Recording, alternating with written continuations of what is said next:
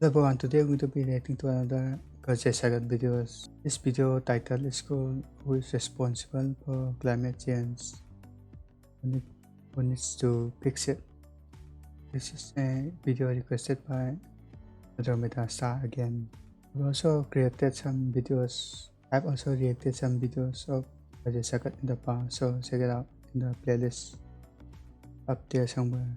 So without further ado, let's watch this because the video is 10 minutes long. So since the Industrial Revolution, humans have released over 1.5 trillion tons of carbon dioxide or CO2 into the Earth's atmosphere. damn, that's In a the lot year amount. 2019, we were still pumping out around 37 billion more. That's 50% more than the year 2000 and almost 3 times as much as 50 years ago. Damn, that's a crazy amount of number increasing. 14 to 24, 10%, and 13% increase. And it's not just CO2. We're also pumping out growing volumes of other greenhouse gases such as methane and nitrous oxide. Combining all of our greenhouse gases, we're emitting 51 billion tons of carbon dioxide equivalents each year. Where is the methane shaped like a cow? I know the methane is present inside the cow's stomach. Is that why? Combining all of our greenhouse gases, we're emitting 51 billion tons of carbon dioxide equivalents each year.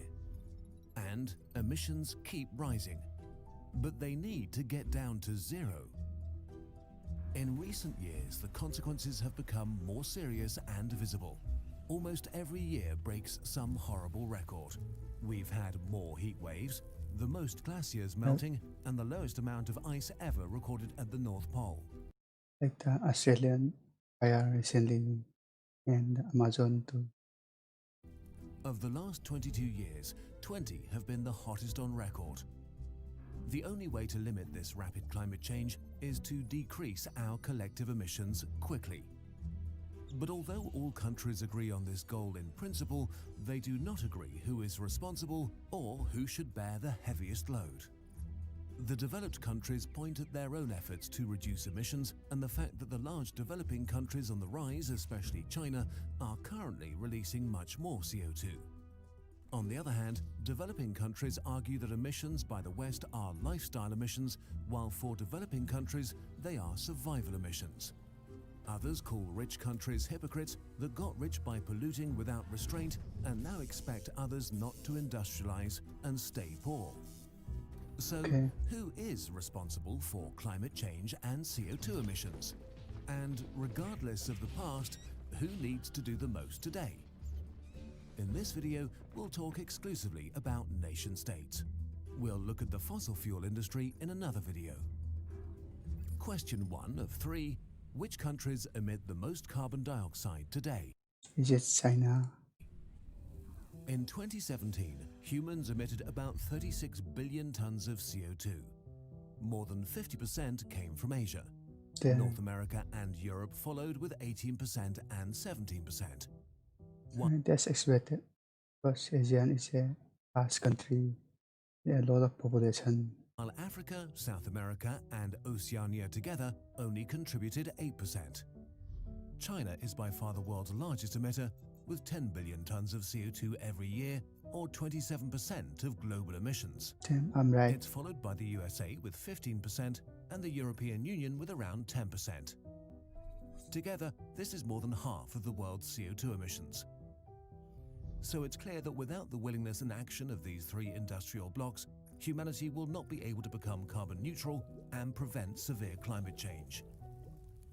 Next on our list is India at 7%, Russia at 5%, Japan at 3%, and Iran, Saudi Arabia, South Korea and Canada all just short of 2%. Damn. Together with the first 3, the top 10 are responsible for 75% of global emissions. But if we only look at the current situation, we're not getting the full picture. Question 2 of 3. Which countries have emitted the most in total? If we look at emissions throughout history until today, the outlook changes drastically. The US and the EU both knock China off the top spot. Yeah. The US is responsible for 25% of the world's historical emissions, emitting 400 billion tons, mostly in the 20th century. In second place is the EU at 22%. China comes in third at just under 13%, around half of the USA's contribution. India's contribution shrinks to 3% along with the whole of Africa and South America. The UK is responsible for 1% of annual global emissions, but takes 5% of the historical responsibility. Germany, producing 2% of emissions per year today, has contributed almost 6%, as much as the whole of Africa and South America combined. So the narrative that rapid climate change is really the responsibility of the developing world is hard to defend if facts matter to you.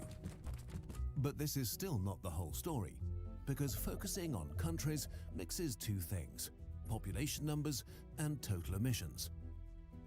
If a country has more people in general, its emissions are of course higher. What people will produce more amount carbon dioxide? Things look very different if we look at individuals like you, dear viewer. Question 3 of 3. Which countries emit the most carbon dioxide per person? Is it a tall person or short person? The average human is responsible for around 5 tons of CO2 each year, but averages can be misleading. The countries with the largest CO2 emissions per person are some of the world's major oil and gas producers. In 2017, Qatar had the highest emissions at a hefty 49 tons per person, Damn. followed by Trinidad and Tobago, Kuwait, the United Arab Emirates, Brunei, Bahrain, and Saudi Arabia. But those are outliers. Australians have one of the highest carbon footprints per person, 17 tons a year.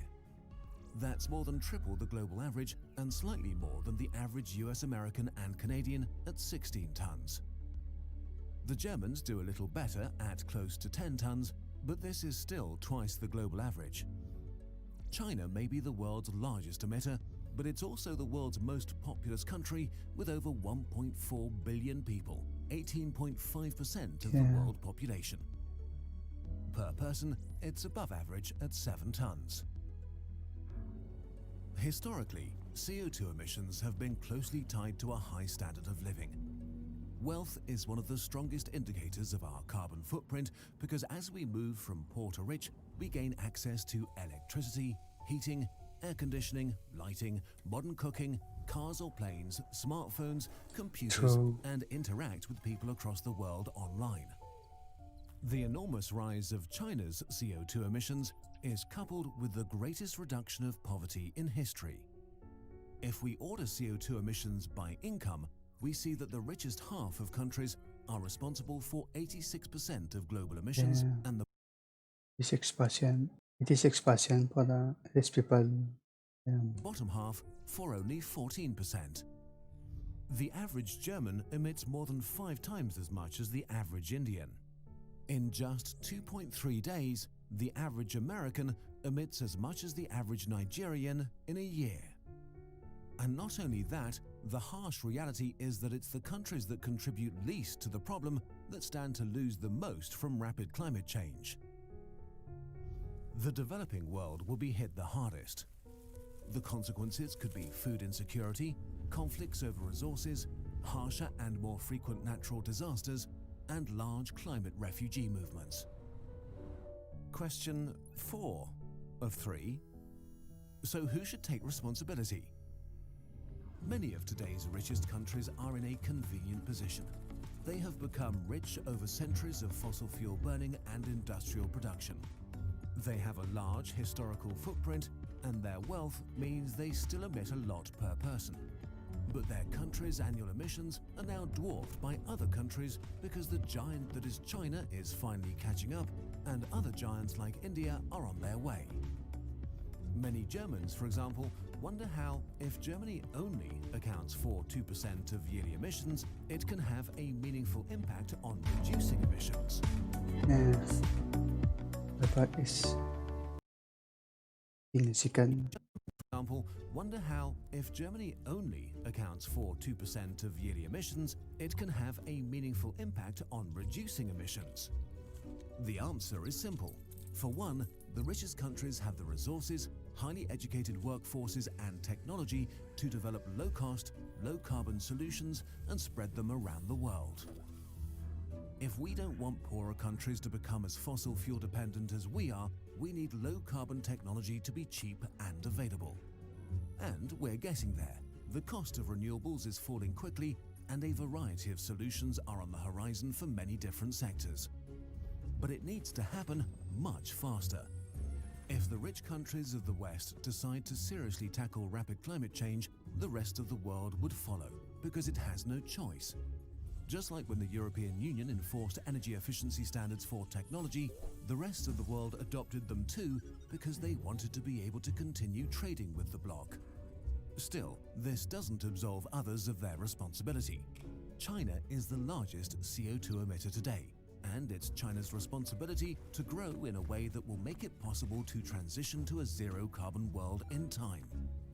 Others acting irresponsibly yesterday is a horrible excuse for repeating the same mistakes today. Climate change is a global problem, and no country alone can fix it. Working out who's responsible is not as simple as it seems, and in a way it's a daft question, but one that has plagued international politics for decades. In the end, it's pretty simple. Everybody needs to do the best they can. Everyone should work together to reduce carbon emission. And right now, we are all not doing that.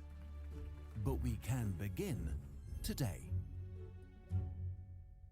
And it was a good video.